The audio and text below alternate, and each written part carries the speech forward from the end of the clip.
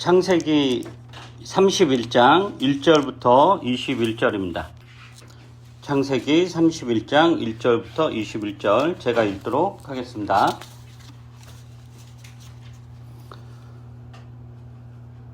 라반의 아들들이 하는 말이 야곱에게 들렸다.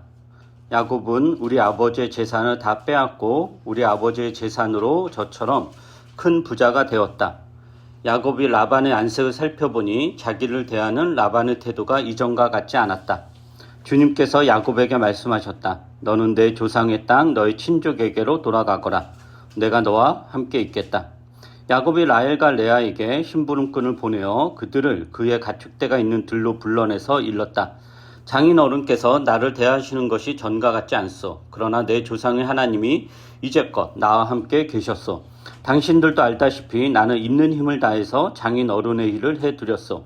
그러나 장인 어른께서는 나에게 주실 품삯을 10번이나 바꿔치시면서까지 지금까지 나를 속이셨소. 그런데 하나님은 장인 어른이 나를 해치지는 못하게 하였소. 장인 어른께서 나더러 점 있는 것들이 자네 품삯이 될 걸세 하면 가축대가 모두 점 있는 새끼를 낳았고 줄무늬 있는 것이 자네 품삯이 될 걸세 하면 가축대가 모두 줄무늬 있는 새끼를 낳았소. 하나님은 이렇게 장인 어른의 가축대를 빼앗아서 나에게 주셨소. 가축대가 새끼를 뵐 때에 한 번은 내가 이런 꿈을 꾸었소. 내가 눈을 크게 뜨고 보니 암컷들과 교미하는 숫 염소들도 줄무늬 있는 것이거나 점이 있는 것이거나 얼룩진 것들이었소.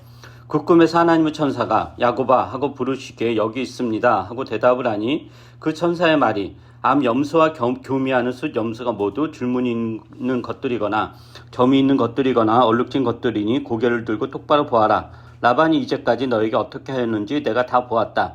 나는 베델의 하나님이다. 네가 거기에서 기둥에 기름을 붓고 거기에서 나에게 맹세하였다. 이제 너는 곧 이 땅을 떠나서 네가 태어난 땅으로 돌아가거라 하고 말씀하셨소. 라헬과 레아가 그에게 대답하였다. 이제는 우리가 우리 아버지 집에서 얻을 분깃이나 유산이 더 있다고는 생각하지 않습니다. 아버지께서는 우리를 아주 딴 나라 사람으로 여기십니다. 아버지께서는 우리를 파실 뿐만 아니라 우리 몫으로 돌아올 것까지 다 가지셨습니다.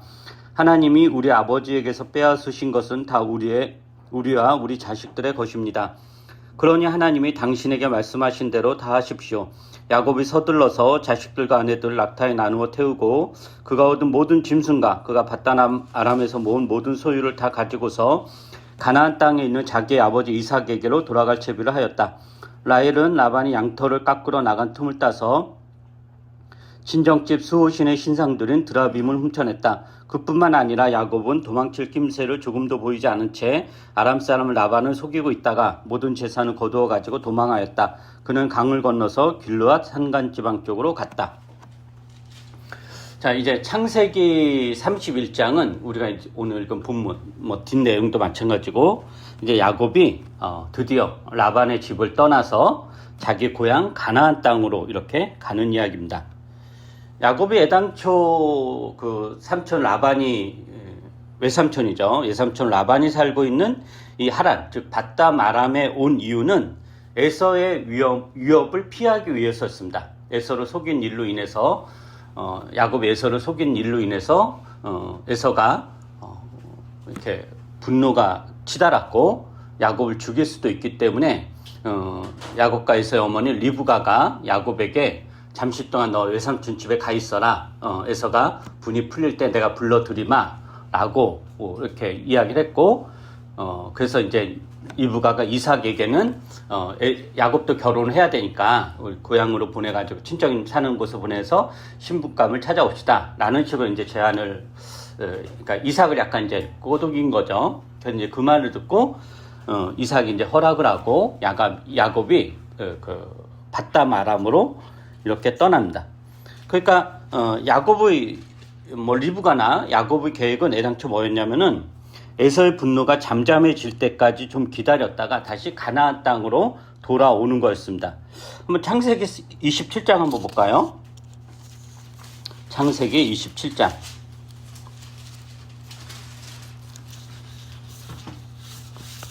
42절부터 45절입니다. 창세기 27장 42절부터 45절 제가 한번 읽어보죠.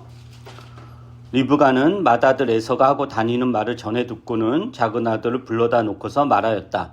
너의 형 에서가 너를 죽여서 한을 풀려고 한다. 그러니 나의 아들아, 내가 시키는 대로 하여라. 이제 곧 하란에 계시는 라반 외삼촌에게로 가거라. 네 형의 분노가 풀릴 때까지 너는 얼마 동안 외삼촌 집에 머물러라. 네 형의 분노가 풀리고 네가 형에게 한 일을 너의 형이 잊으면 거기서 떠나서 돌아오라고 전가를 보내마. 내가 어찌 하루에 자식들을 다 잃겠느냐. 그러니까 리브가가 야곱을 그 외삼촌 댁에 이제 보내는 그 기간이 뭐냐면은 뭐라고 표현하냐면 44절에 너는 얼마 동안 외삼촌 집에 머물러라 그래. 여기서 얼마 동안은 뭐 몇 년 이게 아니라 그냥 몇 달 정도 아주 짧은 기간을 이야기하거든요. 그러니까 에서의 분이 풀릴 때까지 얼마 동안 뭐 길어야 이제 두세 달 뭐 서너 달일 텐데 그 외삼촌 라반의 집에 머무는 게 리브가 야곱의 계획이었습니다. 한 몇 달, 길어야 뭐 1, 2년일 거예요. 그러나 인생은 이제 계획대로 흘러가지 않죠. 야곱은 외삼촌 라반의 둘째 딸 라헬을 사랑하게 되었고, 원래 이제 의도했던 건 아니었는데 라헬이 거기 있다라는 정보를 듣고 간 건 아니었잖아요. 그냥 이제 피신해서 갔는데 어떻게 하다 우연히 라헬을 만나게 되었고, 그 라헬을 이제 사랑하게 되었고, 라헬을 사랑하니까 이제 결혼을 해야 되겠다라는 마음이 들고, 그 결혼 조건을 7년을 일을 해요. 그 7년의 노동이 끝나고 나서 이제 결혼하게 되었지만, 또 라반의 속임수로 인해서 또다시 7년을 무보수로 일하죠. 그래서 7년간 이제 라반의 집에 다시 일하면서 야곱이 이제 라헬과도 결혼하고 그 라헬의 언니 레아도 결혼해가지고 7년 동안 자식들 낳는데 11명의 그 아들과 1명의 이렇게 딸을 낳습니다. 그리고 이제 라헬이 이제 11번째 아들 요셉을 낳죠. 그게 이제 라헬에게 이제 첫 번째 아들인 거예요. 그게 낳자마자 야곱이 라반에게 이제 내가 이제 고향으로 돌아가겠다라고 요청을 합니다. 이제 뭐 가겠다. 그러자 라반이 이제 교묘하게 야곱의 제안을 거절하고 내가 지금까지는 내가 임금을 너한테 주지 않았는데 뭐 원하는 대로 이야기해라. 내가 주겠다라는 식으로 이제 꼬드겨서 더 있으라고 그래요. 근데 이렇게 했던 이유 그 맥락을 이렇게 보면은 야곱이 고향으로 가려면 혼자 가는 게 아니잖아요. 레아와 라헬 두 아내가 있었고 또 각각의 몸종들도 약간 첩이잖아요. 그러니까 4명의 여자가 자기에게 있었고 그들을 통해서 낳은 그 자식들이 11명의 아들과 1명의 딸 12명이에요. 그에 또 여러 가지 이제 그 딸린 식구들이 있을 거 아니에요. 그 사람 다 데리고 와야 돼요. 다 데리고 하면 먹여 살려야 되잖아요. 그러니까 야곱이 라반에게 내가 이제 고향을 돌아가겠다라고 하는 것은 그 식솔들과 더불어 그 식솔들을 같이 먹여 살릴 최소한의 재산, 최소한의 어떤 재물을 나한테 내 몫으로 이제 떼어달라라고 한 요청인데 라반이 이제 그럴 마음이 이제 전혀 없죠. 그럴 마음 1도 없는 거예요. 그래가지고 어쩔 수 없이 그 야곱이 라반의 제안을 받아들여가지고 다시 일을 해요. 그게 한 6년인가 7년 정도 돼요. 그리고 나서 오늘 본문이 나오는 거예요. 그러니까 대략 거의 20년을 라반의 집에서 살게 된 거죠. 원래 야곱의 계획은 뭐였죠? 20년이 아니라 그냥 몇 달 정도였어요. 예당초 몇 달 정도 여기 머물다가 내가 다시 고향 따고 가겠다라고 했는데 그게 계획이었는데 그 계획대로 되지 않고 정말 그 계획과는 전혀 너무도 먼 그 20년을 이렇게 그 삼촌 라반 밧단 아람에서 이렇게 살게 됩니다. 그러니까 야곱의 계획대로 인생이 풀린 건 아니죠. 자기가 나름대로 계획을 세웠을 텐데 그 계획대로 인생이 흘러가지 않아요. 그리고 야곱은 이제 떠나려고 하는 거예요. 이렇게 제안한 게 뭐냐면은 야곱은 이제 그 외삼촌 라반과 오랫동안 이제 거의 20년을 같이 겪은 거잖아요. 그러면서 자신에게 단 한 푼의 재산도 떼어줄 마음이 없다라는 것을 압니다. 그러니까 야곱이 받아야 될 정당한 몫의 어떤 임금이나 또 이제 당시 고대 함무라비 법전이라든가 그때의 그 문헌들을 보게 되면은 그 종이나 이제 종은 아니죠. 그 일꾼들이 일하면 당연히 이제 정당한 임금을 지불해야 되고 그리고 이제 그만두게 되면은 그에 상응하는 퇴직금을 주는 게 그 당시에 어떤 관례였어요. 그때는 뭐 전혀 그런 게 없었을 그런 야만적인 사회였을 거다라고 생각하시면 안 돼요. 가끔 고대 문헌들 보면 지금보다 우리도 사실은 레위기 율법이라든가 출애굽기 율법 보면 지금보다 훨씬 더 진일보한 법들이 이렇게 있잖아요. 예를 들면 희년법이라든가, 희년법 같은 경우가 제대로 역사상에서 실현된 적은 거의 없지만 몇 년이, 우리는 내가 땅 사면 내가 팔지 않는 영원히 내 거잖아요. 조상, 그러니까 대대로, 후손 대대로 내 거잖아요. 그래서 정말 진해 그런 불로소득이 생기고, 그래서 사회에 어떤 불평등이 생기고 막 그러는 건데, 구약의 그런 율법에 의하면은 다시 돌려주는, 그러니까 뭐 이렇게 막 저렇게 했다고 다시 리셋해가, 우리가 이제 가끔 그런 생각 들잖아요. 우리 인생에 한번 리셋됐으면 좋겠다. 그리고 이제 어떤 극단적으로 한번 전쟁이 났으면 좋겠다. 가끔 혁명이 일어나야 된다. 그 말은 뭐냐면은 그냥 다시 싹 다 이렇게 원점으로 돌아가는. 그 원점으로 다시 이제 출발할 수 있을까? 약간 망상이긴 한데, 희년법이 약간은 이제 그런 개념이기도 하죠. 다시 원점으로 이렇게 돌아가는 굉장히 혁신적인 그런 법들이 있었다라고 하는 거예요. 뭐 어쨌든 근데 이제 그런 어떤 당연히 해야 될 그런 법을 삼촌 라반이 이제 야곱에게 이렇게 지키지 않는 거죠. 그러니까 라반은 어떻게 해서든지 야곱의 노동력을 무료로 사용하면서 재산을 늘리는 것이 목표였기 때문에 야곱을 돌려보낼 마음은 손끝만큼도 없고, 또 당연히 야곱에게 재산을 떼어줄 마음도 없고, 그저 먹고 사는데 필요한 최소한의 어떤 생활비, 생계비만 지원해주고 이렇게 이제 계속해서 늙어 죽을 때까지 야곱을 데리고 이제 살려고 했던 거죠. 그리고 야곱도 당연히 알죠, 이걸 오랫동안 경험했으니까. 그러니까 라반에게 기대하지 않습니다. 라반의 욕심을 알기 때문에 라반이 자신에게 호의를 베풀지 않을 것이라는 것을, 자신을 이용만 할 것이라는 것을 너무도 잘 알죠. 그래서 야곱은 이제 자신만의 방법을, 그러니까 라반을 의지하지 않고 자신만의 방법으로 라반의 집에서 부를 축적합니다. 라반의 방해에도 불구하고 야곱은 라반의 집에서 자신만의 부를 이루는데, 그게 이제 창세기 30장 43절에 이렇게 결론을 내려요. 오늘 읽은 31장 바로 전에 43절에 보면은 이렇게 하여 야곱은 아주 큰 부자가 되었다. 야곱은 가축대뿐만 아니라 남종과 여종, 낙타와 나귀도 많이 가지게 되었다. 하면서 이제 큰 부자가 되었다라고 그래요. 근데 야곱이 이렇게 부자가 되는데 라반의 도움은 전혀 없었죠. 그리고 우리가 그 앞에 나왔던 30장의 내용을 지난번에 살펴봤는데, 그걸 보시면 알겠지만은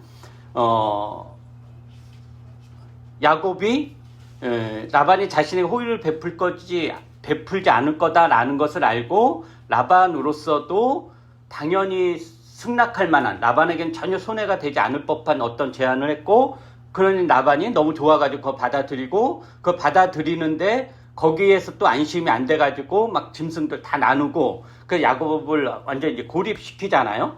근데 그런 상황에도 불구하고 야곱이 이제 부자가 이렇게 되었다라고 하는 거예요. 그러니까 방해를 한 거죠. 라반의 도움을 전혀 받지 않은 거예요.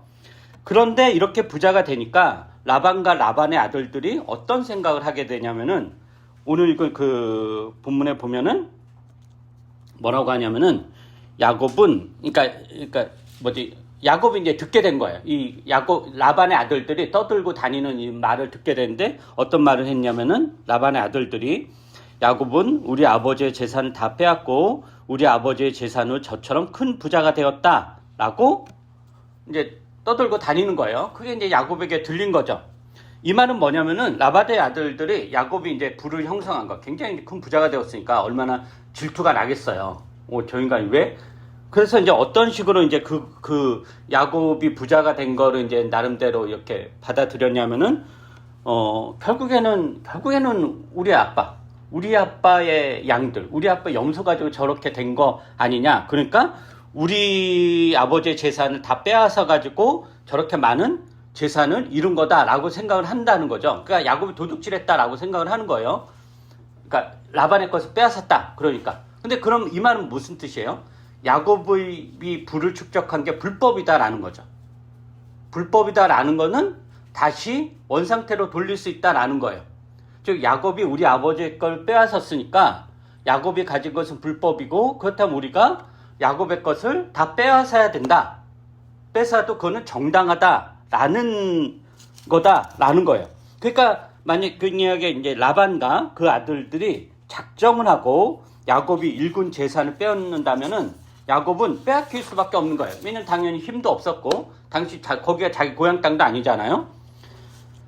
그리고 이제 야곱 입장에서는 그냥 라반의 아들들이 질투해가지고 이런 헛소리를 하는구나. 그렇지만 그 아버지 라반이 뭐 중심을 잡고 있으면 별일 없겠지라고 생각을 했겠지만 야곱이 보니까 라반의 안색을 보니까 이전과는 다르다라는 걸 이제 느낀 거죠.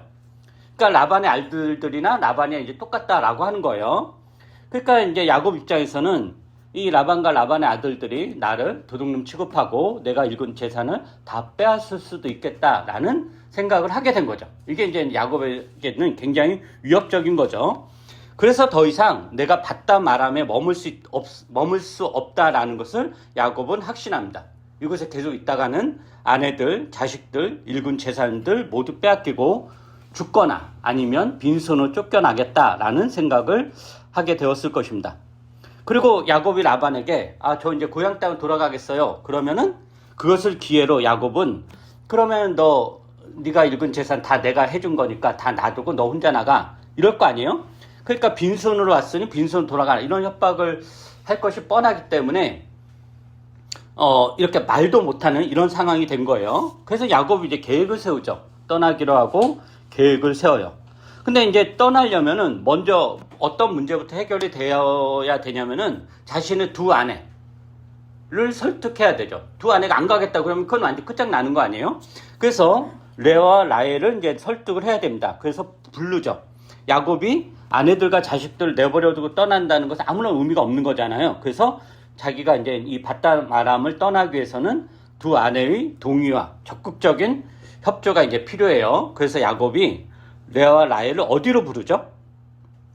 레아와 라헬이 있는 레아와 라헬은 라반의 집에서 같이 살고 있었던 거 아니에요? 그리고 이제 야곱은 멀리 이제 떨어져서 들에서 가축대를 이제 이렇게 목양을 하고 있던 거고, 그래서 자기가 이제 목양하고 있는, 자기가 머물고 있는 들로 레아와 라헬을 불러들여요. 이렇게 불러낸 이유는 뭐냐면은 보안 때문이었을 것입니다. 괜히 집에 가서 라헬과 레아를 이제 불러놓고 막 심각한 이야기하면 막 다른 하인들이 이렇게 들을 수 있잖아요. 그러면 전할 수도 있고 또 이름이 잊어버렸네. 라반이 또 이상하게 생각할 수도 있고 그래서 이 계획을 들켰다가는 완전히 끝장날 거기 때문에 아무도 들을 수 없는 들로 레아와 라헬을 이제 불러가지고 이야기를 이렇게 합니다. 어떻게 이야기하면 이렇게 이야기하자. 한번 볼까요? 4절부터 13절을 여러분이 한번 읽어보세요. 창세기 오늘 읽은 본문 4절부터 13절 시작. 야곱이 라헬과 레아에게 심부름꾼을 보내어 그들을 그의 가축대가 있는 들로 불러내서 일렀다.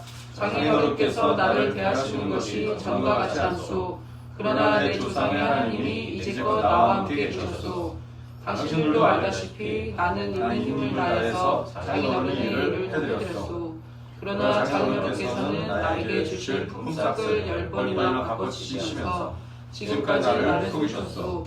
그런데 하나님은 장인어른이 나를 해치지는 못하게 하셨소.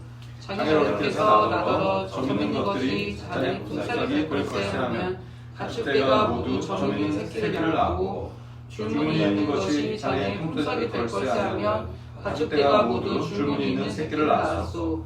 하나님이 이렇게 장인어른의 가축대를 빼앗아서 나에게 주셨소. 가축대가 새끼를 낼 때에 한 번은 내가 이런 꿈을 꾸었소. 내가 너를 듣고 보니 암컷들과 교미하는 염소들도 줄무늬 있는 것이거나 점이 있는 것이거나 얼룩진 것들이었소. 그 꿈에서 하나님의 천사가 야곱아 하고 부르시기에 여기 있습니다 하고 대답하니 그 천사의 말이 암염소와 교미하는 숫염소가 모두 줄무늬 있는 것들이거나 점이 있는 것들이거나 얼룩진 것들이니 고개를 들고 똑바로 보아라. 라반이 이제까지 너에게 어떻게 하였는지 내가 보았다. 나는 베델의 하나님이다. 내가 거기에서 기둥에 기름을 붓고 거기에서 나에게 맹세하였다. 이제 너는 곧 이 땅을 떠나서 내가 태어난 땅으로 돌아가거라 하고 말씀하셨어. 이제 그 야곱이 라헬과 레아를 이제 들로, 그러니까 이렇게 인적이 드문 그 라반의 집안 사람들이 없는 그 눈을 피해서 이제 들로 불러서 이제 이야기를 합니다. 먼저 어떤 이야기 하냐면은 라반의 태도, 즉 라헬과 레아에겐 아버지죠. 그 라반의 태도가 변했다라는 이야기를 합니다. 그리고 내가, 즉 야곱 자신이 얼마나 라반을 위해서 신실했는지, 충성했는지를 이야기합니다.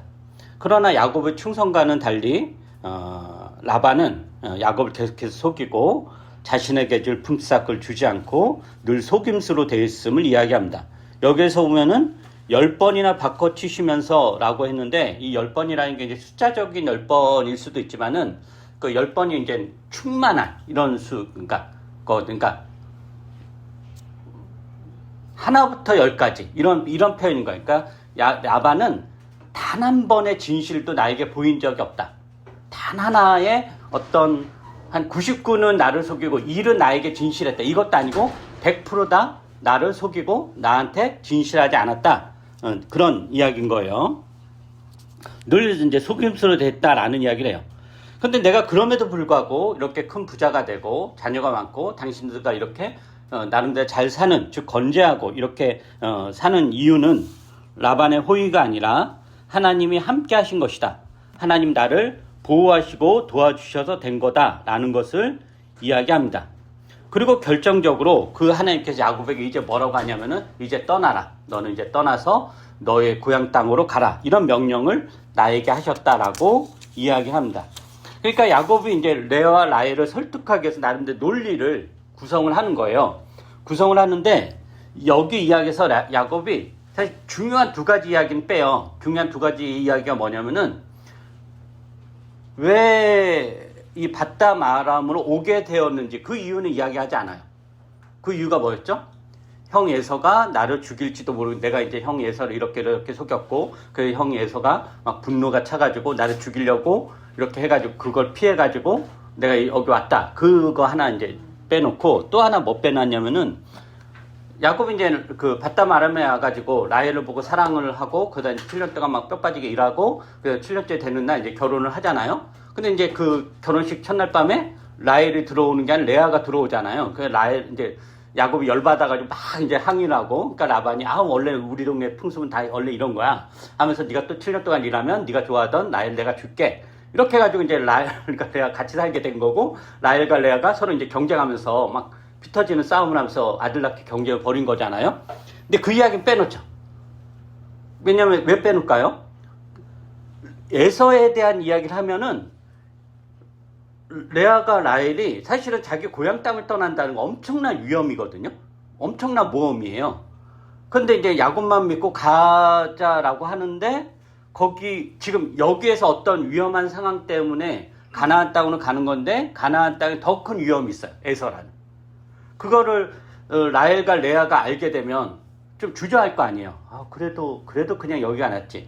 그 다음에 또 하나, 그 결혼 첫날 밤에 있었던 라반의 속임술, 라헬이 아닌 레아가 들어오고 막 그런 이야기를, 그런 것 때문에 이렇게 되었다라고 야곱 이야기하면 어떻게 되겠어요?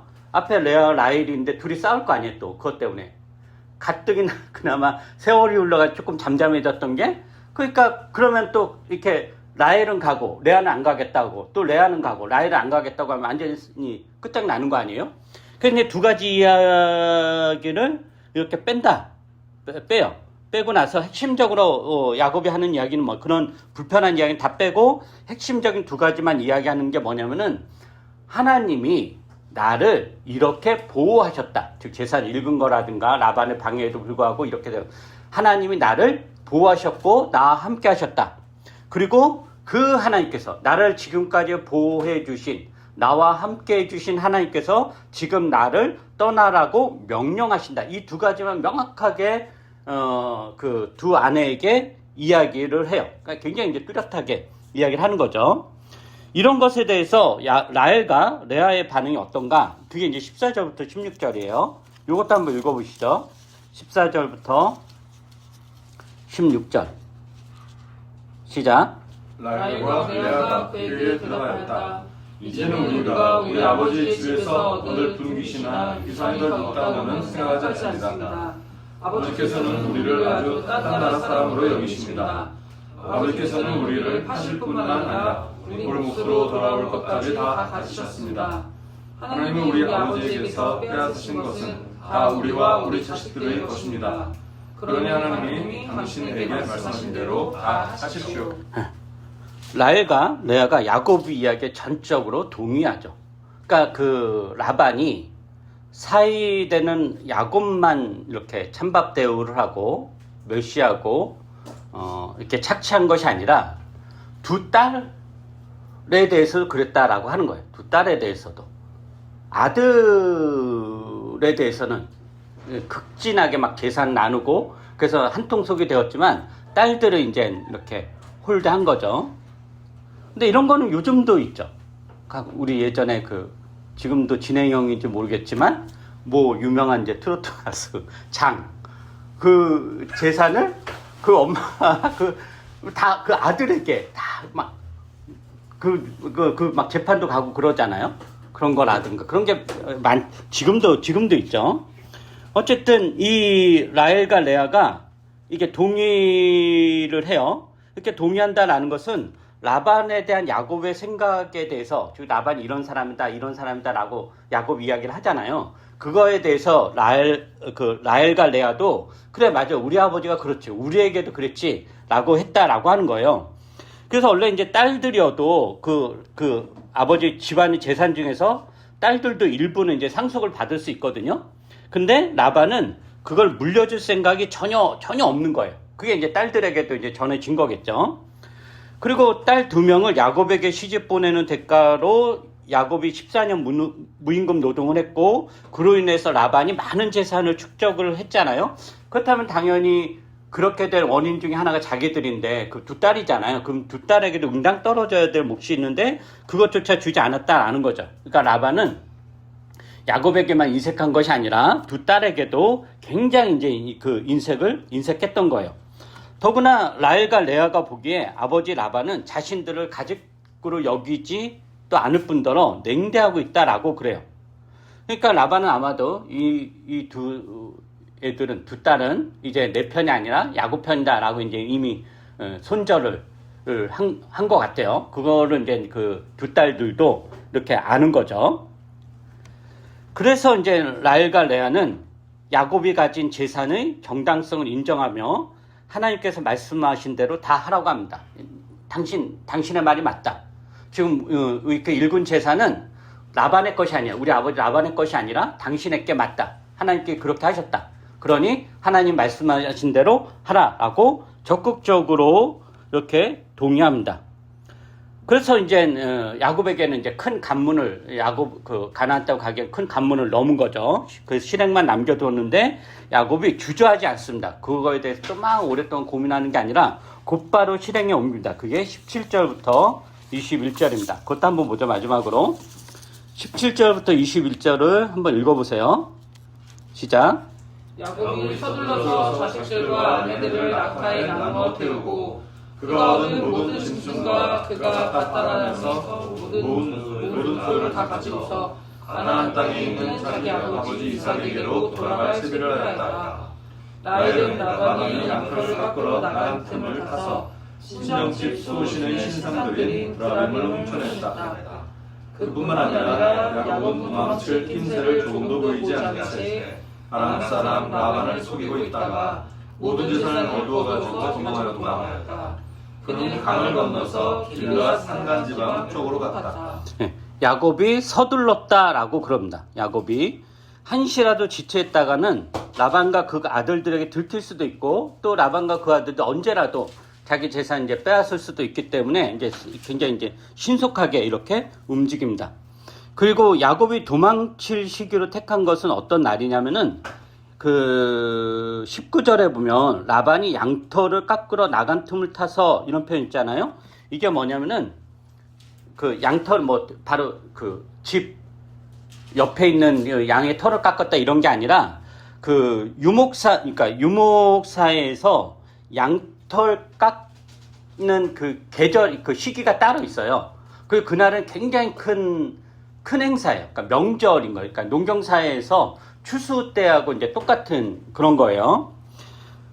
그러니까 굉장히 이제 중요한 행사인 거죠. 그러니까 농경사회에서 이제 추수하는 때와 같은데, 그래서 이런 양털을 깎는 시기가 오면은 온 가족들과 식솔들이 모여서 축제를 벌여요. 먹고 마시고 잔치하면서 이제 양털을 이렇게 깎죠. 또 양이 한두 마리가 있는 게 아니잖아요. 그러니까 엄청나게 많으니까 최소한 뭐 일주일 넘게 이렇게 이제 그런 그 행사를 치러요. 굉장히 이제 중요한 행사죠. 그런데 이 행사에 야곱과 야곱의 가족들, 즉 야곱과 두 아내와 또 몸종들, 또 거기에서 태어난 그 아이들 있잖아요. 걔네들은 이제 초청을 받지 못한 것 같아요. 이 앙털깎이 행사에 초청받는다는 거는 이제 하나의 이제 가족으로 울타리 안에 들어온다라는 건데, 야곱과 야곱의 가족도 이제 초청을 받지 못했으니까 여기 이 자리에 안 간 거죠. 그리고 라반이 이제 그 초청하지 않은 이유는 당연히 이제 야곱과 그 가족들이 싫어했기 때문이죠. 저것들은 우리 식구들 아니다라고 했던 거, 초청을 하지 않은 거예요. 근데 오히려 이게 야곱에겐 기회였던 거죠. 라반과 그 아들들이 다 양털깎이 행사를 하느라 집을 비운 사이, 그러니까 멀리 이제 떨어져 있는 거잖아요. 그 비운 사이에 야곱이 라반 몰래 자신이 읽은 모든 재산을 거두어서 가나안 땅으로 출발합니다. 그런 이 와중에 라헬의 행동이 되게 재밌는데, 라헬이 뭐 하냐면은 아버지 집에서 집안 수호신인 드라빔을 훔칩니다. 이거는 뭐 그 라헬이 드라빔에게 무슨 효험이 있다 이런 뜻을 이야기하는 게 아니라 소위 아버지에게 소위 엿을 먹인 거예요. 빚엿을 날린 거죠. 있다 이거. 그러니까 그 야곱과 그 라헬과 레아는 이제 야곱과의 관계를 통해서 하나님이 이 모든 것을 하셨다, 하나님이 모든 제사 일구셨다라고 하는 거고, 라반은 이 수호신이 우리 집안을 이렇게 지켰다라고 하는 거잖아요. 근데 그런 집안의 수호신을 라헬이 훔침으로 그 아버지에게 빚엿을 날리고, 그러니까 딱 이렇게 떠나는 겁니다. 우리는 야곱을 에서를 속인 일로 인해서 속임수의 대가라고 이야기하죠. 그러니까 야곱하면 이제 속임수의 대가, 이런 별명이 있잖아요. 그러나 그의 인생은 어떻게 보면 그가 타인을 속인 것보다 속임을 당한 것이 훨씬 더 크고 많은 것 같습니다. 라반은 야곱을 여러 번 속이고, 그리고 야곱은 그 속임수로 인해서 오랜 세월을 무임금을 일하면서 이제 고생을 했죠. 야곱이 속인 거는 이제 그 형 에서죠. 그죠? 근데 야곱이 자신이 형 에서를 속임으로 인해 야곱이 얻은 이득이 있나요? 야곱이 얻은 이득 없단 말이에요. 뭐 실제 그가 집안의 장자가 되어서 집안의 재산을 상속받은 것도 아니고, 뭐 공식적으로 장자가 된 것도 아닙니다. 오히려 형 에서의 분노로 인해서 도망자 신세가 되죠. 즉 야곱이 형 에서를 속인 일로 인해서 그가 이득받은 건 전혀 없고, 오히려 훨씬 더 이제 생고생만 이렇게 했죠. 그렇다면 야곱이 라반에게 속임을 당해서, 이제 자기가 이제 속임을 당한 거잖아요. 속임을 당해서 그럼 손해를 본 것이 있느냐? 별로 없죠. 왜냐하면 수년간은 무임금 노동이 손해라고 하면 할 수 있지만은, 그것으로 인해서 사랑하는 여자와 결혼했고 많은 자녀를 뒀고, 당시에 이제 자녀를 많이 두는 거는 이제 일종의 축복이었는데, 그럼 많은 자녀를 뒀고 또 라반의 속임수와 방해에도 불구하고 많은 재산을 일구었죠. 즉 라반이 야곱을 계속적으로 속였지만 그것으로 인해서 야곱이 손해본 것은 없어요. 그리고 반대로 야곱이 형 에서를 속였지만 그걸로 인해서 또 자기가 이득을 본 것도 없고, 이게 무슨 이야기냐면은 우리가 누군가를 속인다라는 것은 그로 인해 볼 이득이 있기 때문인 거죠. 속임수를 쓴다는 건 이득을 보려고 이제 속임수를 쓰는 거죠. 그리고 또 누군가 나를 속인다라는 것은 그로 인해서 내가 볼 손해가 있다라는 건 아니에요. 그죠? 그러나 야곱의 경우에는 그렇지 않았다라는 것입니다. 즉 야곱은 자신의 인생에 있어서 이득을 보기 위해서는 누군가를 속여야 하는 것이 사실 그의 원래 처세술이었겠지만, 이러한 과정을 통해서 그의 처세술이 바뀝니다. 누구를 속고 속이는 것으로 이득을 보고 손해를 보는 식의 세계관에서 탈출했다라는 것입니다. 야곱이 이러한 속임수의 세계관에서 탈출할 수 있었던 이유는 무엇인가? 아마도 베델에서 하나님과 만난 경험 때문이었을 것입니다. 그는 그 경험을 통해 자신의 인생을 책임지고 통제하고 이끄는 분은 하나님이시라는 것을 뼈저리게 각인합니다. 자신이 자신의 인생을 통제한다라는 대표적인 증상이 뭐냐면 속임수거든요. 그러니까 속임수는 일종의 조작이잖아요. 넓게 이야기하면 조작이라는 것은 대표적으로 내가 뭔가를 통제한다라는 뜻이에요. 그래서 내가 내 인생을 통제한다라는 대표적인 증상 중에 하나가 뭐냐면은 속임수예요.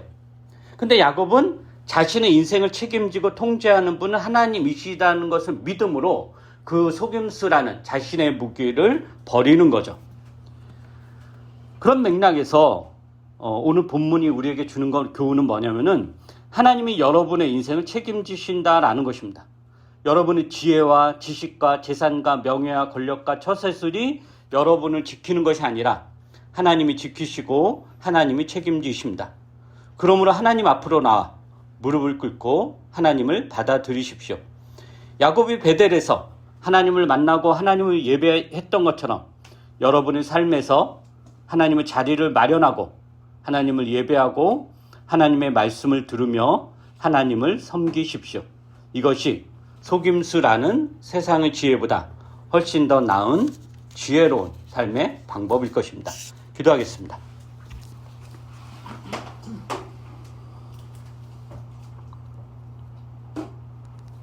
속임수로 자신의 인생을